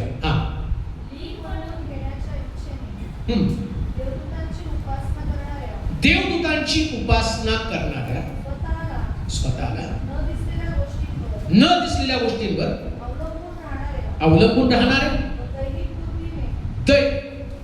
कुठल्या बुद्धीनं? दैहिक बुद्धीनं उगीचच गर्वानं फुगणाऱ्या कोणा माणसाला तुम्हाला फसवून. फार सुंदर एक सावधानतेचा इशारा दिला. नीट आहे का? परत वाचा बरं. काय लीन घेण्याची इच्छा म्हणजे खोटी नम्रता, बरं का, नम्रता नाही, खोटी नम्रता. लोकांनी मला लीन म्हणावं. आता मी तुम्हाला तुमच्या समोर लीन बनण्यासाठी मी काय कर, चला खाली बसू.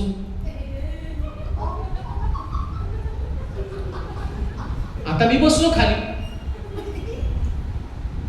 आणि तुमच्या घरी मला बोलवलं, बाळासाहेब खुर्चीवर बसा. नाही सेम खाली बसतो. काय लीन हो, काय लीन असले बघितले नाही. खाली बसलो, एवढे मोठे पडत जमिनीवर बसले, मलाच लाज वाटली. आणि दुसरा पाळक मला माझ्या समोर भेटला, त्याला बघितलं, थोड फिरून मी निघालो. खोटी लीनता, खोटी नम्रता, लक्षात घ्या. या पृथ्वी तलावरती सावधान तुम्हाला कुठल्या बाबतीमध्ये असलं पाहिजे. लीनता, नम्रता वरपांगी तर नाही. वरपांगी लीनता, नम्रता आहे का? ओळखायचं कसं? तुम्हाला कसं ओळखणार? ती नम्रता, ती लीनता शास्त्रामध्ये वाच करता एकदा त्याची. लीन म्हणून घेण्याच्या इच्छेनं देवदूतांची उपासना करणाऱ्या, स्वतःला न दिसलेल्या गोष्टींवर बऱ्याच वेळा ज्या गोष्टी तुम्हाला दिसत नाही पण त्याच्यावर तुम्ही अवलंबून राहता. आता मी तुम्हाला सांगितलं, मी तुमच्या समोर बसलो, हे तुमच्या समोर दाखवलेली नम्रता आहे. तुमच्या समोर दाखवलेली नम्रता आहे. परंतु काही गोष्टी गुप्त आहेत.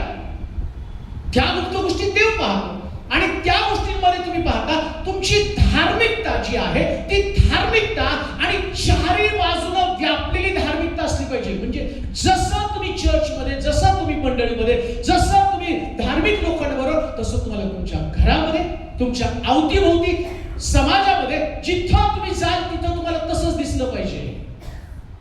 चर्चमध्ये तुम्ही धार्मिक आहात, चर्चमध्ये तुम्ही नम्र आहात, परिवारामध्ये नम्र आहात का?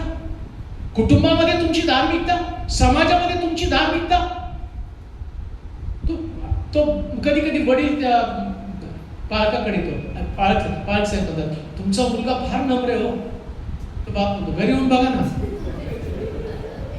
तुम्ही घरी येऊन बघा त्याची काय तो करतो. अहो मी तेच सांगायला तुम्हाला आलो. याला दोन गोष्टी समजावून सांगा. मला आठवतं तुम्ही लहान होतो, घरी आईशी खूप वाद घालायचो, चौथीलाच होतो. आणि मग त्यावेळेस आमच्या आईची एक आत्या होती आणि त्या आत्याने मला दम दिला, तुझ्या शाळेतून तुझ्या शिक्षिकेला सांगते. आणि मी घाबरायला रडायला लागलो, का? शाळेत माझी इज्जत जाईल. हे सगळं चर्चमध्ये इज्जतीसाठी असतं. घरामध्ये नम्रता नसती, घरामध्ये चांगलं पण नसतं. म्हणून शास्त्रात काय म्हटलं? खोटी, परत वाचते वचन, फार सुंदर म्हटलंय. नाही, पहिलं 18 वचन. लीन म्हणून घेण्याच्या इच्छेनं देवदूतांची उपासना करणाऱ्या, देवदूतांची उपासना म्हणजे कधी कधी नम्र म्हणावं म्हणून पाळकासमोर सतरंजा घालतील. अरे साहेब काय काम करायचं? आणि घरामध्ये पाण्याचा ग्लास पण उचलणार नाही. घरात नाही पाण्याचा ग्लास, पाळकासमोर साहेब काय करू, हे करू का, ते करू का? किती नम्र आहे, किती लीन आहे. देव म्हणतो, अरे हा डुप्लिकेट आहे, हा धूर्त आहे. हा लोकांसमोर, देवदूतांसमोर, तिथं दिलंय देवदूत, काय लिहिलंय? देवदूतांची, तो पाळकाची उपासना करतो, तो मंडळीत असणाऱ्या लोकांची उपासना करतो, पण त्याचे गुप्त स्वभाव तुला दिसत नाही. म्हणून लक्षात ठेवा, आमचा देव हा रत्नपारखी देव आहे. जेव्हा ईशाच्या घरामध्ये तो जातो ना, 7 मुलांकडे पाहतो आणि 7 मुलांचं म्हणणं, तो शमूएल म्हणतो, देवा मला दाविदाचं काही पटत नाही, याची उंची, याचं दिसणं राजासारखं नाही. तो म्हटलं, तू बाहेरून बघतो, मी आतून पारखणारा देव आहे. मला माहिती आहे याच्यामध्ये नम्रता आहे, याच्यामध्ये लीनता आहे, याला मी पारखलं. एक गोष्ट लक्षात ठेवा, या जगामध्ये नम्र लोकांना कोणी ओळखत नसेल, पण माझा देव नम्र लोकांना ओळखणारा देव आहे. आणि नम्रता ही तुमच्या समोर लोकांना दाखवण्यासाठी असू देऊ नका. जेव्हा तुम्ही नम्र असता तेव्हा देव तुम्हाला मान्यता देतो, म्हणजे देतो. बोलू नको रे, बोलू नको. नम्रता ही कधीच तुम्हाला बाह्यस्वरूपी आणि प्रतिफळ देणार नाही. प्रतिफळ देव देतो आणि देव दिसणाऱ्या गोष्टींवर तुम्हाला आशीर्वाद देतो. तुमचं आणि तुझं बसणं, उठणं, चालणं, बोलणं, निजणं सगळं बारकाईने कान देऊ नये का? या अंतिम टप्प्यामध्ये येताना नम्रतेच्या जाळ्यामध्ये फसले जाल. आणि काही लोक नम्र दिसतात पण ते गर्विष्ठ असतात. नीट आहे का? काही लोक दिसताना नम्र दिसतात पण ते गर्विष्ठ असतात. त्यांच्या जाळ्यामध्ये अडकू नका. किती पण तुम्हाला नम्रतेचा बोध देते, नम्रतेविषयी खूप बोलतील हो, पण त्यांच्यात ती नम्रता नाही. आणि आम्ही त्या जाळ्यामध्ये अडकतो आणि मग आमची पालक सांगतील तसंच आम्ही वागणार, घेऊन जातील नरकात. ते सांगतात त्या सेवकाचं ऐकायचं नाही, त्याच्या मागं पळायचं नाही, याच्या मागं पळायचं नाही. तो कुठे घेऊन चालला? दारूच्या गुत्त्यावर. आता मी इकडे पुण्यात बरेच जाऊ नका तिथं, मी त्यांना कुठं तंबाखूच्या पुढे वाटतो इथं बसल्या. बरं या बरं बरं तुम्ही आला, हे घ्या तंबाखूची पुढे खा. आणि तुला काय पाहिजे बाबा? सिगारेट पाहिजे का? पी. अरे नाही रे बाबा, इथं सत्याचं वचन आहे जे तुम्हाला नरकातनं स्वर्गाकडे घेऊन जाणारं वचन आहे. खोट्या नम्रतेमध्ये अडकून पडू नका. तुमची नम्रता, तुमचा स्वभाव, तुमच्या स्वभावाचं प्रतिफळ तुम्हाला मिळणार आहे. सैतानाचे डावपेच ओळखा. नीट आहे का? पुन्हा एकदा मी त्या गोष्टीवर सैतानाचे डावपेच ओळखा. आता परत ते वचन वाचा, कलेसिकराचं पुत्र 2 अध्याय 18 वचन, आणि त्यानंतर मग आपण त्याचा समारोप करूया. हा, लीन म्हणून घेण्याच्या इच्छेनं देवदूतांची उपासना करणाऱ्या, स्वतःला न दिसणाऱ्या गोष्टीवरती अवलंबून राहणाऱ्या, दैहिक बुद्धीनं उगीच गर्वाने फुगणाऱ्या कोणा माणसाला तुम्हाला फसवून काय करा? काय मिळणार आहे तुम्हाला? आणि कोणामुळे जाणार आहे? फसवणाऱ्या लोकांमुळे. कोण लोक फसवत आहेत तुम्हाला? खोटं नम्रता दाखवणारे लोक. खोटी नम्रता दाखवणार, तुम्हाला ओळखायला पण येणार नाही खरं कोण आहे. आणि मी तर या लेवल पर्यंत आलेलो आहे. बरेच पाळक स्वर्गात नसतील, बरेच पाळक स्वर्गामध्ये नसतील बरं का. आणि मला तर असं वाटतं की आता परत एकदा सेवक लोकांनाच देवाचं वचन कोणीतरी समजावून सांगितलं पाहिजे. इतकी कठीण परिस्थिती आली सेवक लोकांनाच. का? तर त्यांच्यामध्ये सगळं वरपांगी जीवन आता येऊ लागलेलं आहे. वरपांगी जीवन, मी श्रेष्ठ, मी परिपूर्ण, माझ्यामध्ये कुठली कमतरता नाही. तो व्यक्ती समोरच्या व्यक्तीला दोषी ठरवण्याचं काम करत आहे. पौलाची नम्रता बघा. जगातला सगळ्यात मोठा पापी मी. काय पौलाची नम्रता आहे? जगाला संत पौलासारख्या नम्र सेवकांची गरज आहे. संत पौलासारखी नम्रता. तो म्हणतो एवढ्यात मी पूर्ण झालो असं नाही, तर मला पूर्णतेपर्यंत पोहोचण्यासाठी मला प्रयत्न करावा लागणार. एवढ्यात मी पूर्ण झालो नाही. संत पौल म्हणतो अजून मी पूर्ण आहे, अपूर्ण आहे. नारायण वामन टिळक सारखी व्यक्ती म्हणती पुष्कळ अजूनही उन्हा प्रभू मी, पुष्कळ अजूनही उन्हा. पण आम्ही पाहतो की पुष्कळ वेळा आमच्यातला अहंकार, आमच्यातला गर्व, आमच्यातला मीपणा, या लुसिफर आमचं मन भ्रष्ट करतो. आणि भ्रष्ट मनानं आम्ही प्रभूच्या जवळ येतो. आणि कधी कधी ती भ्रष्टता मंडळीला आणि लोकांना भ्रष्ट करण्याचं काम करते. याचं कारण काय? त्यानं गुप्तपणे सेवकांमध्ये जे सांगितलं प्रकटीकरणाच्या पुस्तकामध्ये 12व्या अध्याय 4व्या वचनामध्ये 1/3 ताऱ्यांना त्यानं शेपटानं पाडलं. वाचू ते वचन परत एकदा. त्याच्या शेपटानं आकाशातील ताऱ्यांपैकी किती हो? म्हणजे जर चर्च मध्ये 200 लोक असतील, 200 भागिले 3 किती होतात? 7 म्हणजे 70 लोक. 200 पाळकांपैकी 70 पाळक पडणार, त्यांना पाडणार. आता विचार करा कोणता पाळक पडल, कोणत्या पाळकाला पाडलं जाईल, कोणालाच गॅरंटी नाही. आणि म्हणून मी पुन्हा वारंवार ते सांगतो, कोणा व्यक्तीचं अनुसरण करू नका, पण 100% देवाच्या वचनाचं आणि ख्रिस्ताचं अनुसरण करा. त्यामध्ये टिकून राहा. कोणत्या विश्वासणाऱ्या संबंधाने म्हटलं 1/3 तारे शेपटानं पाडले. आता पुन्हा दानियेलच्या पुस्तकात पुस्तकाच्या 12-3 वर्षामध्ये आपण जाऊया काय त्या ठिकाणामध्ये म्हटलंय आणि कोण आहे ते तारे, त्या ताऱ्यांचं मतानं आपण वाचूया. 12 अध्याय 3 वचन.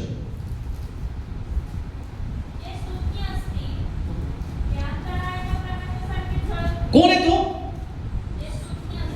तारे कोण आहेत? कोण आहेत? बोला की जोरात. काय ऐकताय तुम्ही आता? अहो, ज्यांच्याकडे ज्ञान आहे वचनाचं ते शेपटानं पडले जातील. म्हणजे अति ज्ञान पण तुमच्यासाठी घातक आहे. काय होतं ज्ञानानं? तुम्हाला उगीच कुठून काहीतरी सिद्धांत निघतो. हळूच तुम्हाला वाचता वाचता वाचता वाचता वाचता वाचता तुमच्या डोक्यात बऱ्याच कल्पना येतात. आता विचार करा, माझ्या डोक्यात एक कल्पना आली. मी एकदम चांगला व्यक्ती आहे, मी उधळ्या पुत्राविषयी बोललो, सगळं काय झालं. आता माझ्या डोक्यात कल्पना आली, अरे सगळ्यात जास्त मजा उधळ्या पुत्राचीच आहे. आपण उधळू, परत बापाकडे जाऊ. मग मला तारण किती सोपं वाटेल. खायचं प्यायचं मजा करायची. मला आठवतं एक तरुण माझ्याकडे आला.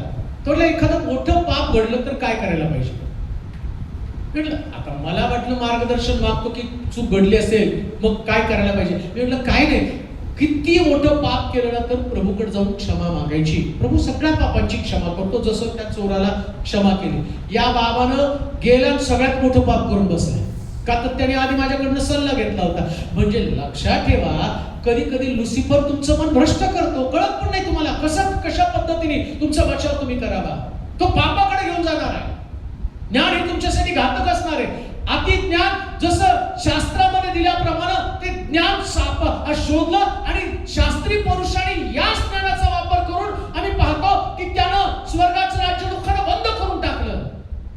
ज्ञानानं स्वर्गाचं राज्य बंद करून येशू ख्रिस्त आला, त्यानं पुन्हा एकदा वेश्या आणि कसबीनी देवाच्या राज्यामध्ये येतील म्हटलं. शास्त्री पुरुषाला निकोदेमसला तो म्हणतो, निकोदेमसा नव्यानं जन्मल्यापासून कोणी देवाचं राज्य पाहू शकत नाही. निकोदेमसला स्वर्गाचं राज्य नाही म्हणतो. चोराला तो म्हणतो आज तू माझ्या सुखलोकात असेल. कशा पद्धतीने येशू ख्रिस्तानं सगळं चेंज करून टाकलं याचं कारण मी तुम्हाला सांगतो. कधीही तुमचं चित्त नुसतं ज्ञान संपादन करण्याकडे लागू देऊ नका. जेवढं ज्ञान आता तुम्ही जर बघितलं ना तर या इंटरनेटवरती इतकं भयानक प्रकारचं ज्ञान तुमच्याकडे आलं आणि त्या ज्ञानाच्या बळावरती विद्वान लोक, पुण्यामध्ये तुम्हाला माहिती का सैतानाचं चर्च आहे तुमच्या पुणे शहरामध्ये कॅम्पामध्ये. अजून एक गोष्ट तुम्हाला सांगतो, या सैतानाच्या चर्चचा मेंबर कोण आहे माहिती का? अमिताभ बच्चन सुद्धा, तो पण त्याचा मेंबर आहे. आणि तुम्ही त्याचे फॉलोअर्स आहात नाही का? आम्ही त्याच्यासारखे हेअरस्टाईल त्याच्या आता नाही करत, आता म्हातारा झाला तो, पण पूर्वी तो सैतानाच्या चर्चचा मेंबर आहे. कसं काय त्यांच्या डोक्यामध्ये येतं ते इतकं घाण ते सगळं. आणि त्या चर्चची उपासण्याची पद्धत काय माहिती का? तिथं चर्चला उपासनेला गेल्यावरती तुम्ही सगळे कपडे काढायचे, अंधार करायचा, नग्न व्हायचं, नाचायचं, बायबल बाहेर असतं त्याच्यावर थुंकायचं, त्याच्यावर पाय द्यायचं, पुढं जायचं. आता एवढं जग त्याला पवित्र शास्त्र मानतं, पण लोक त्याला तुडवून जातात. काय त्या ज्ञानाचा फायदा त्यांनी कुठून काढलं आणि कसं काय आलं ते? हे ज्ञान माणसाला आकाशातल्या ताऱ्यांना पाडतं, तुम्हाला पाडणार नाही का? म्हणून तुम्हाला देवाच्या वचनाचा सतत शोध घेता आला पाहिजे. एवढंच ज्ञान घेऊन नाचायला जाऊ नका आणि कुणाला तरी त्या ठिकाणामध्ये करत बसू नका, वादविवाद घालत बसू नका. देव तारक मंत्रिकासारखं म्हटलं पाहिजे, देवा आज तुम्ही उन्हा आहे, मला भर तुझ्या ज्ञानानं. 30 वर्षानंतर रोज सकाळी माझी प्रार्थना काय असते माहिती का? देवा अजूनही तुझं वचन मला समजलं नाही, समजावून सांग. अजून मला शिकायचंय. कळवळ्याने प्रार्थना करत असतो. तो अहंकार, तो गर्व माझ्यात येऊ देऊ नको ज्याच्याने मी उद्ध्वस्त होणार आहे. रोज सकाळी माझी न चुकता एक प्रार्थना असते, देवा मला एवढा तोड, एवढा नम्र कर की स्वर्गात पोहोचण्यासाठी मला कोणतंच अडचण येऊ देऊ नकोस. माझ्या आत्मिक जीवनाचा बचाव कर. मला माहिती हे जग फार कठीण आहे आणि या कठीण जगामध्ये माझं मन भरकट होऊ देऊ नको, माझं चित्त इकडं विचलित होऊ देऊ नको. ही प्रार्थना रोज मला करावी लागते. तेव्हा 30 वर्ष हीच प्रार्थना करत मी आलो आणि प्रभूनं मला टिकवून ठेवलं. म्हणून म्हटलं ज्ञानी लोक आकाशातल्या ताऱ्याप्रमाणे चमकतील. 5 वर्ष ते सुज्ञ असतील, अंतराच्या प्रकाशासारखे झळकतील. पुष्कळ लोकांना पुष्कळ लोकांना कोण आहे तारे? जास्त लोकांना प्रभूकडे आणणारे लोक, ते पण तारे. आणि शास्त्र काय सांगतं? यांना मी शेपटानं खाली पाडेल 1/3. म्हणजे आता विचार करा, एखाद्या वक्त्याच्या सभेला खूप गर्दी असेल तरी सुद्धा तो वक्ता त्यालाही पाडण्याचं काम कोण करेल? लुसिफर. शेपटानं त्याला पाडलं. मग आता विचार करा, तुम्ही त्याच्यावर पण कॅल्क्युलेशन करणार नाही. त्याने किती लोकांना प्रभूकडे आणलं म्हणजे तो देवाचा मनुष्य आहे? नाही हो, तुम्ही इमॅजिन पण करू शकत नाही. हे शास्त्रामध्ये लिहिलं आहे. पुष्कळ लोकांना नीतिमत्वाकडे वळवतात. ते लोकांना नीतिमत्वाकडे वळवतात, पण वळवता वळवता एखादं चुकीचं शिक्षण टाकलं जातं. मला आता तुम्ही नाव घेत नाही, पण मला तुम्ही बरेच लोक तुम्ही जाणत असाल. पुण्यात सगळ्या भारतामध्ये प्रसिद्ध व्यक्तीच्या सभा, त्याच्या सभेला असंख्य लोकांची गर्दी जमती. पुष्कळ लोकांना आरोग्य सुद्धा त्या सभेमध्ये मिळतं. पुष्कळ लोक बरे झालेले मी पाहिले. पण एकदा मी फेसबुकला त्या व्यक्तीला पाहिलं, त्या प्रीचरला पाहिलं, आणि मी स्वतः ती फेसबुकची सभा अटेंड केली. आणि त्याच्यामध्ये तो प्रीचर लोकांना म्हणतो आपल्याला प्रबोधन घ्यायचंय, आणि त्यानं लोकांना सगळ्यांसाठी प्रार्थना केली. मेस तिथं ठेवला, भाकर ठेवली, द्राक्षरस तिथं ठेवला, आणि त्याचं कुत्र जवळ आलंय आणि त्या कुत्र्याला घेऊन तो प्रबोधन द्यायला लागला. एवढा मोठा प्रीचर. त्याच्या सभेला मी जात होतो आणि मला ती सभा आवडायची. ते पाहिलं, म्हटलं रे, कुत्र्यांना देवाच्या राज्यामध्ये प्रवेश नाही असं लिहिलंय शास्त्रामध्ये. अशुद्ध आहे. का शुद्ध? कुत्रा आपल्या ओकीकडे पुन्हा जातो. म्हणजे खाल्लेलं ओकणं आणि ओकलेलं परत खाणं, फक्त एकच प्राणी कुत्रा. आणि देवानं त्याला वर्ज्य केलं, पण या प्रीचरनी लाडाने त्याला जवळ केलं. तो प्रबोधन द्यायला लागला त्याच्याबरोबर, आणि सगळे वेड्यासारखं लोक ते बघत बसले. मी बघितलं ऑनलाईन 5000 लोक. त्या लोकांना तसं काही वाटत पण नव्हतं. का तर भ्रष्ट झाले तो लोक. कुत्र्या स्वर्गाच्या राज्यात प्रश्न नाही, कुत्र्या. आणि याला म्हणतो मी पवित्र मेस. इथं म्हटलं क्रांतिकाराच्या पत्रामध्ये, मनुष्यानं आत्मपरीक्षण करावं, मग या भाकरीतनं, या प्याल्यातनं प्यावं, भाकरीतनं खावं. अयोग्य प्रकारे कोणी भाकर खाऊ नये, प्रभूचा प्याला पिऊ नये. तो खाल्लं आणि पिलं तर खाण्याने आणि पिण्याने आपल्यावर दंड उडावून घेतो. आता किती गंभीरपणे इशारा दिला. पण एवढा मोठा प्रीचर, आणि माझ्या मनातनं तो उतरला. त्याच्यानंतर मी त्याचा आणखी एक संदेश ऐकला. इस्रायलला गेलो आणि माझ्या 3 वर्षाच्या मुलीला मी बाप्तिस्मा दिला. विष्णुबाईच्या 33व्या वर्षी बाप्तिस्मा घेतला, आणि यानं मुलीला 3 वर्षाचा असताना बाप्तिस्मा दिला. आता एवढा मोठा प्रीचर सगळे सिद्धांत चुकवत चालला. लोक ऐकत गेले, गर्दी करत गेले, आणि त्याच्या मागे फिरत गेले. अजूनही लोक त्यांच्या मागे जातात. त्याचं कारण काय? शास्त्रच माहित नाही, रहस्य माहित नाही, गुपित माहित नाही. तुम्हाला चुकवतो, तुमची दिशा बदलत आहे, तुम्हाला भरकटून टाकत आहे. सगळ्या गोष्टीपासून तुम्ही वंचित आहात. म्हणून बायबल सांगतं, तो म्हटला मी शेपटानं 1/3 तारे पाडून टाकेल. शेपटानं सेवक लोक पाडणार. याचा न्याय झाला. म्हणून मी तुम्हाला सांगतो, आता जाता जाता एक सावधानतेचा इशारा. कोणत्याही आत्मिक व्यक्तीला उद्ध्वस्त करण्याचं काम करू नका. नीट ऐका, शैतानाचं काम काय? आत्मिक व्यक्तीला उद्ध्वस्त. आत्मिक व्यक्तीला उद्ध्वस्त. कोणाची आत्मिक शांती तोडू नका. कोणाचं आध्यात्मिक जीवन उद्ध्वस्त करू नका. कोणाच्या प्रार्थनामय जीवनाला कुठल्याही प्रकारे अडखण करू नका. एखाद्या व्यक्तीला अशा पद्धतीनं आणि तुमचं वर्तन असू नये की त्याची प्रार्थना बंद व्हायला पाहिजे. तुमचं बोलणं, तुमचं वागणं.